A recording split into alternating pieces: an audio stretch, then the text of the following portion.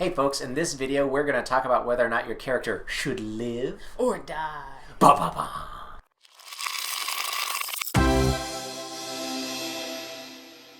From time to time in the community it pops up the question, do you allow TPKs or do you allow for player death? And so we thought that we would give you our opinions and keep score so that we could figure out the right answer and no one can ever have a different opinion. I think there should never be any player death whatsoever in a campaign, a game, at all. I'm clearly going to be right. You think the opposite, but I will allow you to start. And I think you should definitely allow player death and TPKs. There are mechanics in this game for death, as well as for resurrection. So if you get rid of any player deaths, then any character that has a resurrection spell or anything to affect death doesn't get to use those abilities. And so it doesn't make sense not to use an aspect of the game when it's built into those characters. Okay, my opponent would have you believe that just because it's a mechanic, you absolutely have to use it.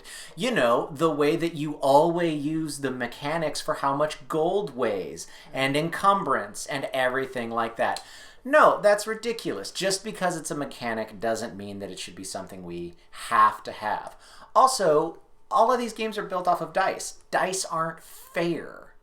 All right, so it sucks, and it's ridiculous that a character that I've worked hard on dies just because I rolled 2 ones in a row, or somebody else rolled really crappy and then I rolled really well, or whatever, or I rolled bad and you rolled really good, and so that means my character just dies because it's the mechanics. That's ridiculous. All right, so after round 1, if we go ahead and check those scores. Oh, okay. All right, we're tied. Okay. All right, go ahead. So while the dice may not be fair, allowing player death and TPKs allows for a cathartic element to the game. You get to experience your character dying or another character dying and get that emotional experience, but it's not a personal loss, so there's that separation from it. I thought a catharsis was the thing they put when you in the hospital so you can go to the bathroom. That's a catheter. Oh, okay. All right, but that doesn't matter. Whatever. That's still, this is that, but I'm playing a game to have fun. I'm sitting around a table with my friends trying to have fun. You know what's not fun? Having to go to a funeral. Having to have real emotions because a pretend character is dead. Or sobbing for 3 episodes in a row because a tiefling dies. It's been out for a while. It's probably not a spoiler. No, I don't, the catharsism, you know, I'm coming to the table to have fun and play a fun game. And it's fun to steal treasure and fly on top of dragons and turn into a Pegasus. It's not fun to have to watch someone die. All right, well, after round 2, let's check the scores. All right. Okay, it's still tied. But if you're talking about having fun, okay, then you want to have a risk-reward element to the game. So if you're in a situation where you know your character, no matter what, is going to survive, the reward, the satisfaction for getting through that encounter isn't as satisfying as if you eke through a near-death experience and you know my character could have died, but we made the choices that got us through, that we survived. It's a much more, yes, haha, we did it moment, rather than like, cool, okay, well, we'll move on to the next thing. Yeah, no, I gotta say, I think you're right. I have to concede that. Serena Williams never has fun when she knows that she's the best one there. Federer never has fun when he's the best tennis player on the court. Come on, you're saying it's not fun? Plus, what you're then talking about... I'm not saying it's not fun. I'm saying okay. There's more fun. Oh, it's more fun when every encounter turns into, well, we're the player characters and we're overpowered, so we're just going to kill everybody. And that's how we solve all of our problems. It's not creative. It's not interesting. And if it's fun to slaughter an entire group of helpless kobolds just because you think they're an evil creature, first of all... that's speciesist. That's horrible. And it's not creative, and it's why we have murder hobos. And your average game of D&D, you commit murder like a million times versus most people commit murder 0 times. We come up with more creative ways to get around things. And you can have your fights, but you don't have to kill everything in your path. All right, we're going to go to the judges for this one. Our scores are... My ear just itched, actually. Okay, but it's still 3-3. Okay. Final points.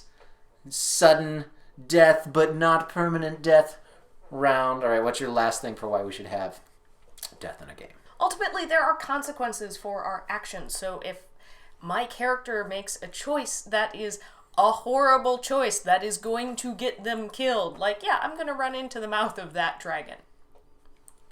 Probably not a good choice.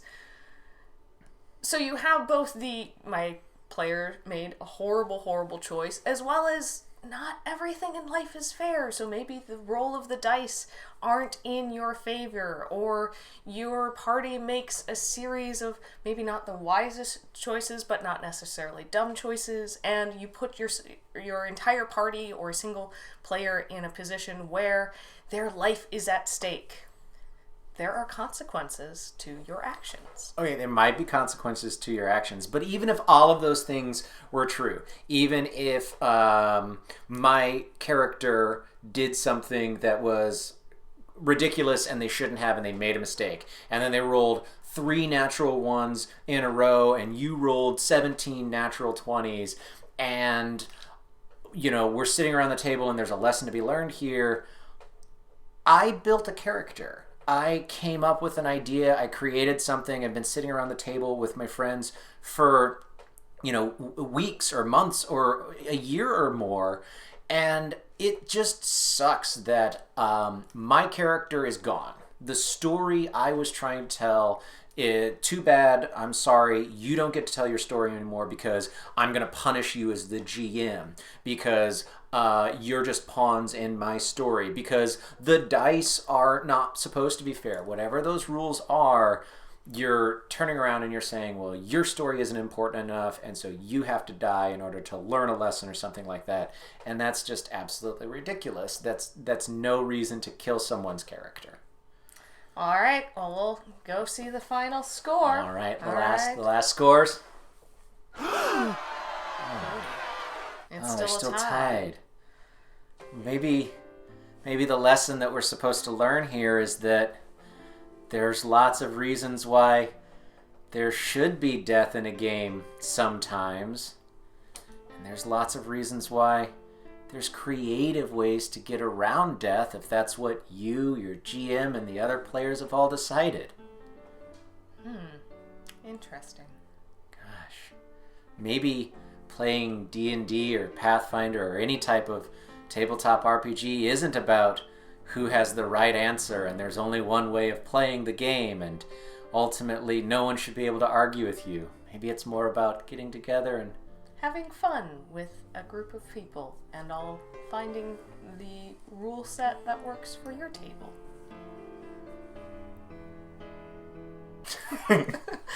All right, so we kind of, both of us fall in the middle on this. We did this a little bit tongue-in-cheek. Yeah, we were purposely being antagonistic and sort of playing the stereotype of the jerks who live so solidly in these camps. We don't think that at all. No. Yeah, and there's certainly times where, I want to play a game where death is real and is a real threat. Yeah. But other times where I just want to play a game and embrace the stories of the characters and not have to worry about, like, crap, the dice hate me today and now my character's dead. Yeah, absolutely. Should you have player death in your game? I don't know, maybe.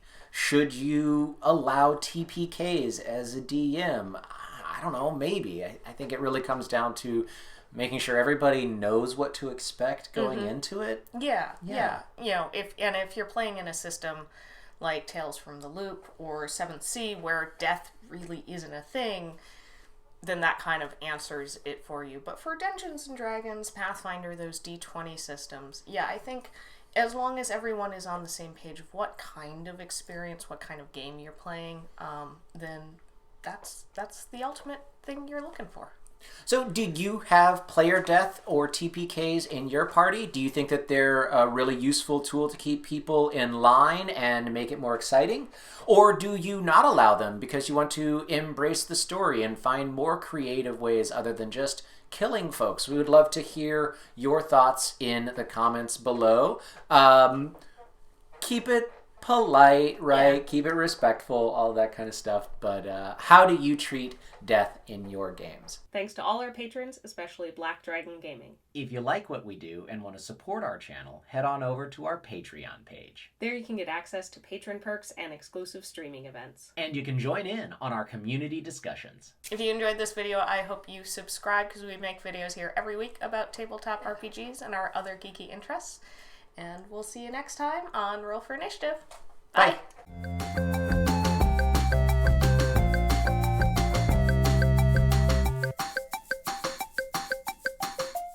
A cathartic element. I don't know what my next point is. Hold on a second. Okay, but it's not a fun game. All right, sorry. Hey, it's the first outtake of 2021. Woo! All right, sorry, go ahead.